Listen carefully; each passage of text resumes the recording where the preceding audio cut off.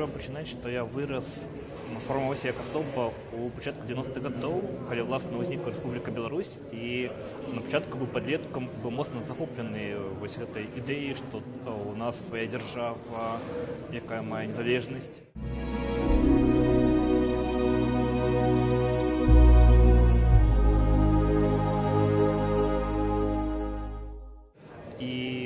Пасля гэтага адразу адбылося горкае расчараванне, калі выбралі прэзідэнта Лукашенка, адбыліся рэферэндумы.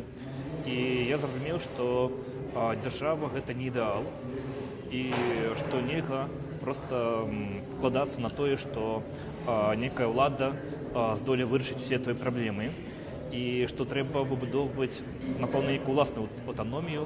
І для мяне, хутчэй, апошнім часам больш істотна, што я чалавек, які вырас у нейкай сваёй лакальнай культуры, мясцовай традыцыі, вырас на нейкай мове, і гэтыя рэчы трэба захоўваць, падтрымліваць. І тут дзяржава не заўжды з'яўляецца нейкім гарантам. І таму я больш выступаю за тое, што ў нашы часы трэба ствараць, апроч нацыянальнай дзяржавы, трэба яшчэ арыентавацца на стварэнне розных наднацыянальных саюзаў, але якія б падтрымлівалі аднастайнасць лакальных супольнасцяў, якія існуюць у нашай краіне.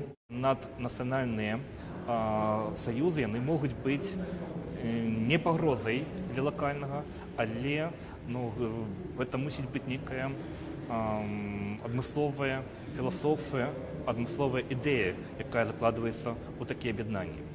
Праблема ў тым, што апошнімі гадамі Рэспубліка Беларусь арыентавана выключна на інтэграцыю з Расійскай Федэрацыяй, а расійская культура такая вельмі высокая і вельмі агрэсіўная, і яна імкнецца затаптаць нейкія іншыя вектары, якія існуюць у нашай краіне. І ў гэтым я бачу такую небяспеку для той разнастайнасці, якая магла б быць у нашай краіне.